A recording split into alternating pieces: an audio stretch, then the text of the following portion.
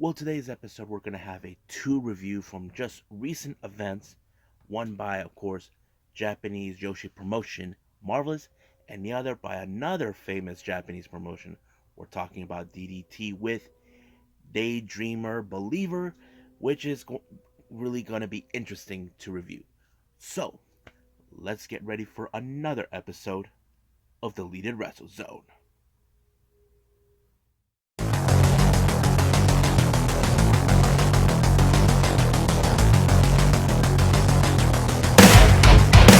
Are you ready? Get up, get up! Get up, get up! Get up, get up! Get up, get up! Get up, get up! Get up, get up!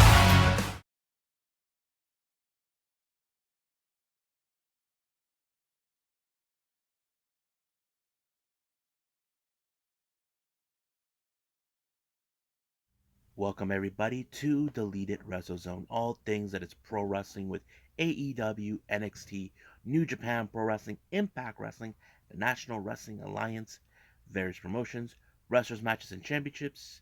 I am your host, J. Rod here. So, let's begin with the Yoshi promotion, Marvelous. This one took place back on the 22nd of this month of March.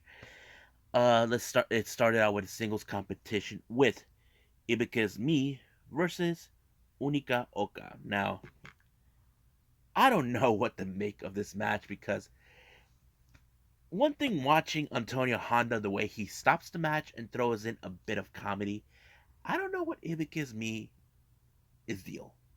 She stopped the match. Both and Unika were like on the turnbuckle just having a chat. I mean, I don't know what to make of it. But, however, it was Ibicus who won the match by pinfall. I don't know if she likes to play mind games or whatever, but when I look at her, she looks like a big, scary person. Well, not big, but scary person, if you know what I mean. But yeah, so I'm still trying to get on the bandwagon on that. On her, what's her deal? Next up, we got Aya Ozan versus Ancham. Now, if you guys know who Ancham is, uh she was trained by none other than Emi Sakura. She was in Gatomu. She's been freelancing throughout the entire Japanese wrestling world. So it was great to see her. I was surprised to see her, and it was a pretty good match. However, Aya Hozan is in fact she's like the young girl in the bunch. If you guys remember, she and Waka Tsukiyama has like a little beef or whatever. But it was pretty good to watch because Anshan still has a bit of the veterancy in her. I AI actually is still on the learning curve, but however she lost in a very impressive pinfall by Anshan. Next up, we got the men's exhibition. We got Lee Asuka versus, of course, someone from All Japan Pro Wrestling and a member of what's their name? Oh yeah, Total Eclipse. Yusuke Kodama. Now you know Kodama is really sadistic, where he shows up all creepy. But it was a pretty good match, I have to say. Asaka, Isaka was really good, but however, Kodama picked up the victory when he rolled him on his back, put him on his back for the pinfall. 1, 2, 3, it was over. So that's how it ends for him. Now our next match, we have a very interesting tag team match. We got Asuka teaming up with um, the top girl in Marvelous, Takumi Iroha. They're taking on Maria and veteran Chikayo Nagashima. Now, this is one of those interesting matches. Now, as you know, Iroya is one of the top girls in Marvelous. She's kind of like Mayu Iwatani in certain ways. But when it comes to challenging Nagashima, she's a veteran. So I like the moment where they're trying to outdo each other, but however, and did not end so well when Nagashima decided to finally put away um, Iroha in order to win the match. As for Maria, she was the one who helped a little bit of the match. She has a bit of a mean streak, try to prove that she's better than everyone else. That's why she was a good partner to Nagashima. Now our next match, well, the next two matches are part of like the tag league they're doing. Now the first one is a from Block A. We got the members from Ganbare Pro from the Gun Yoshi girls. They call themselves Nippon Ganbare Union, consistent of Yuri and Yuna Namaze taking on Kairu Ito and Tomoko Watanabe. Now, here's a fun fact that I did not realize as soon as they came back from their break. The founder of Marvelous, Shigusa Nagayo, I did not know what she was doing. I thought she was probably in the back, but she was commentating and being the camera woman at the same time. Like, who does that? I never see anything like that. I mean, if anybody knows if it's possible, just let me know. I really, really am interested to know more about that. But however, what I did like about what Nagaya was doing when, of course, the Gambara Yoshi girls came around, entrance came around playing Yuna uh, Namaze's music, she was getting down, like getting groove. I was like, wow, I did not know she likes that kind of music like that. But it was fun. But however, the match, when I look at Ito and Watanabe, they're to me, I feel like they're the powerhouses.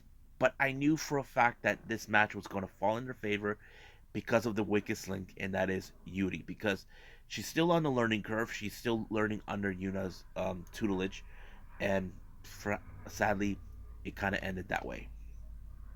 Now we got the Block B. We got Itsuki Aiko and what's her name? Rin Kodora taking on Riko Kawahara and Yuki Miyazuki. Now, this is the most interesting thing I did not know about Kawahara and Miyazuki. Their theme entrance is the song to uh, Gokigen Sentai. The power how to say the Power Rangers version, which is the Space Pirates. I was like, what? I was so tuned into that. I don't know why, but it was fun. But I was like thinking, okay, I know that Rico has a little bit of experience, like maybe 2 or 3 years, but I did not anticipate that they were going to win because I look at Aoki and Kador, Kadokura. They're both much experienced, but no, it ended it with Kawahara picking up a very huge victory by pinning Aoki. I was like, wow, that was very impressive. I did not anticipate that. So I can't wait to see what else they're gonna do. Hopefully, we get more Marvelous stuff because I really, really want to get on the bandwagon on this. So I think that's pretty much it. What we got with Marvelous. Hopefully, there'll be more. But for now, I think it's time to move on with DDT on Daydreamer Believer.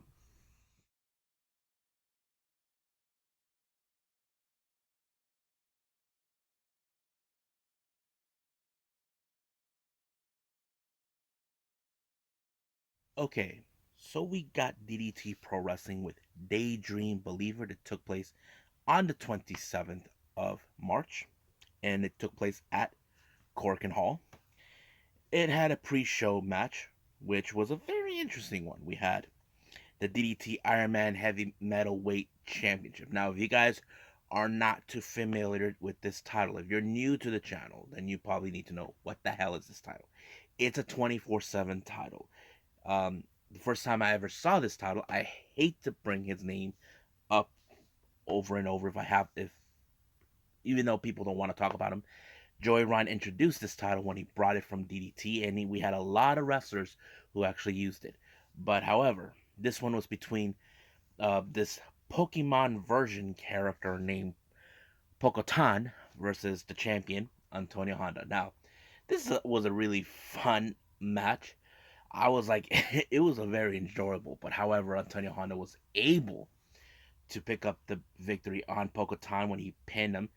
Pokotan was not, he was sad, but at the same time pissed. So he knocked out Antonio Honda. However, the GM of DDT told this guy named, I believe, Shinchinichiro Kawamatsu to pin him. And he did. Apparently, he won the title. So that's how it ended with that. So he's this guy, the new Iron Man Heavy Metalweight Champion. However, he better be careful because you may never know who's going to pin you. That's the whole point. It's the same kind of rules as the 24/7 title, but anything could happen. Now, before the end of the pre-show, they decided to unveil the brand new KOD Openweight Championship. As you know, the current champion, Tetsuya Endo, had to was presented the new title. The one he was holding before was now retired, but a brand new one.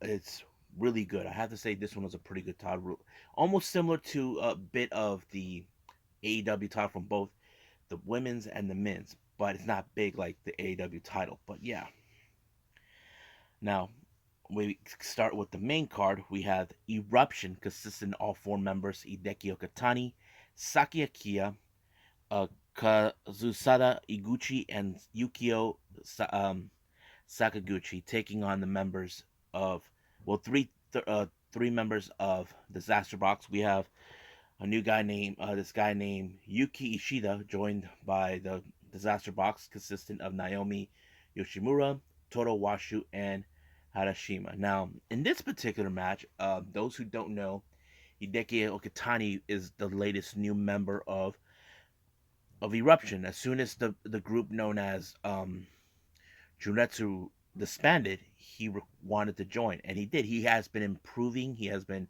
showing a lot of promising, including Iguchi was very impressed that he is showing a lot of promising.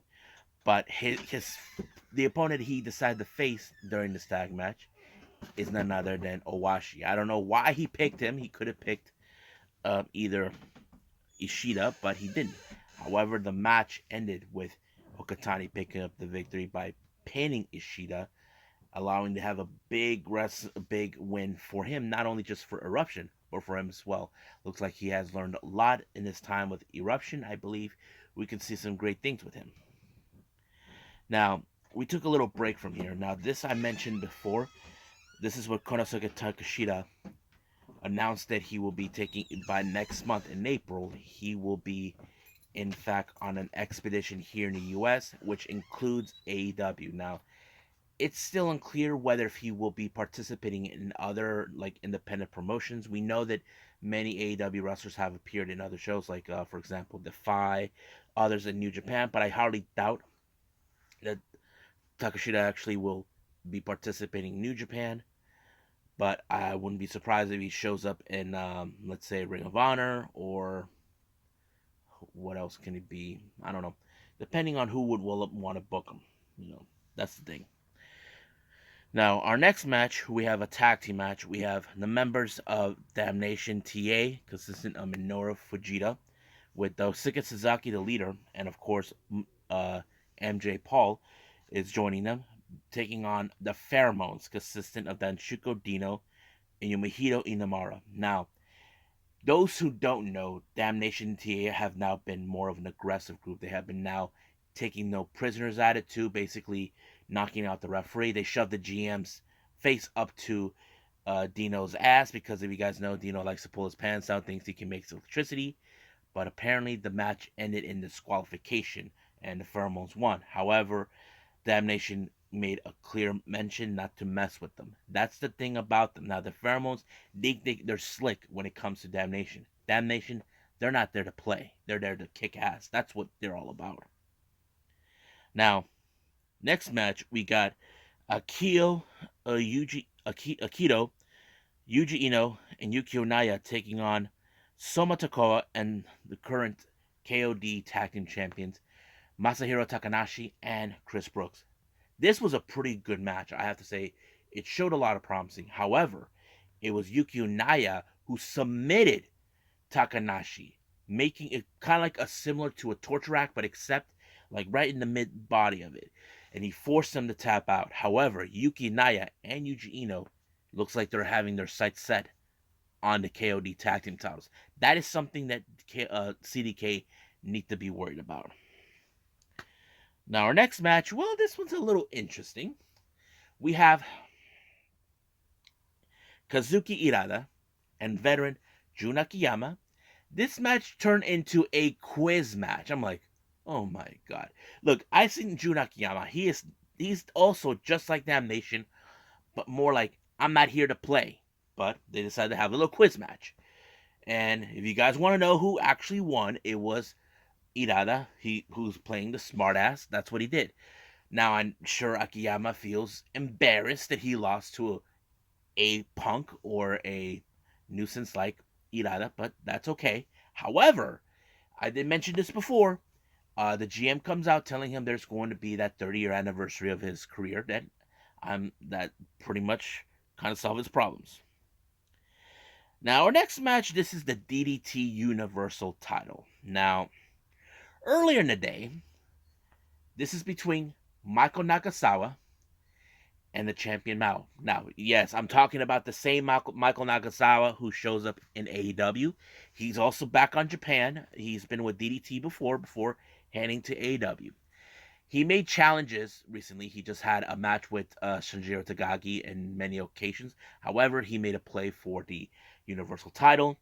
And earlier in the day, he tried to track down Mao, but he was nowhere to be found. He bumped into Hideki Okatani, who was sleeping, not realizing because Okatani and Mao, they are in fact have the same hairstyle. Well, should I say hair color? So Okatani, I don't know what he told him, but he told him he did saw him earlier and just took off. However, Mao was waiting for him and ran him over with the van. Yeah, you heard me. Now, we just saw a bandaged up Michael Nakasawa laying there like a dead duck.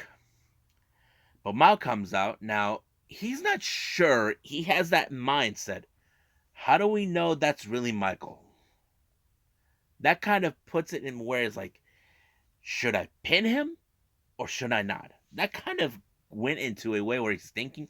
However, he was right. Michael Nagasawa played him. It was someone else underneath the bandages. He comes out, whacks him with the kendo stick. But however, not even Michael Nagasawa could pull any tricks when it comes to Mao. I mean, Mao, he's a student of the game. He knows how these tricks work, but luckily he retained the title by pinning Michael Nakasawa. Now in post match, he's expecting another challenger to make his way because he knows he has a target in his back. But it's someone he's familiarized from his past, someone he helped when she made her appearance and been like a very close friend. You may know her as Asuka or, as AEW remembers her, Veni. So this is very interesting to see her making her presence now challenging for the title. And it's kind of interesting. Even Mao made some reference of AEW. I'm not sure if he is considering also going to AEW, but that depends exactly if he's able to. So we'll find out when that day comes. Now, our next match is the DDT Extreme Championship in a OBAC ladder match between Shuna Katsumata and Yuki Ino. Now, these two guys known each other as well. They were once part of a faction known as All Out until they were disbanded. Yuki Ino ended up becoming a member of Pheromones, but Katsumata had to deal with Pheromones in the past when he was a KOD tag team champion with Takashita, and he was being raped, humped. Basically, he had no chance of winning, but he was able to put Yuki Ino in a table. But that didn't last long until somehow he was taken out, and Yuki Ino reached out and won the ladder match and retained as the champion. However, Katsumata had to wear the underwear that these guys wear, which is very disgusting. And then and of course, then Shigodino made out with him. I felt bad for him, you know. Even Mao had to suffer watching him. But yeah.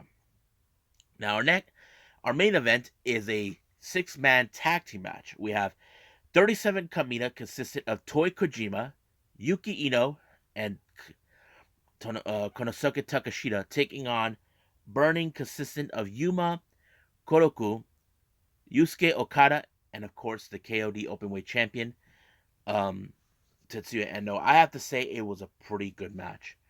I was impressed with it. It was amazing. However, the match ended with Konosuke picking up the victory.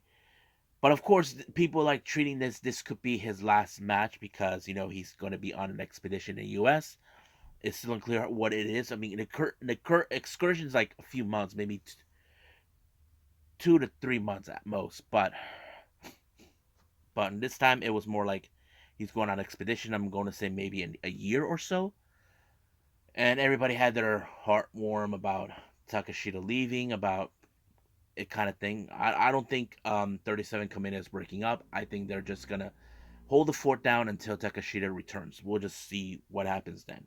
And it was a pretty good show. I can't wait to see what other things are going to take place with DDT, and I can't wait to see Takashita make his um, return to AEW. But hopefully, we get to see him on Dynamite. That's something that he wants to see. But I did mention Dax Harwood has decided that he wants to challenge him, so we'll see about that.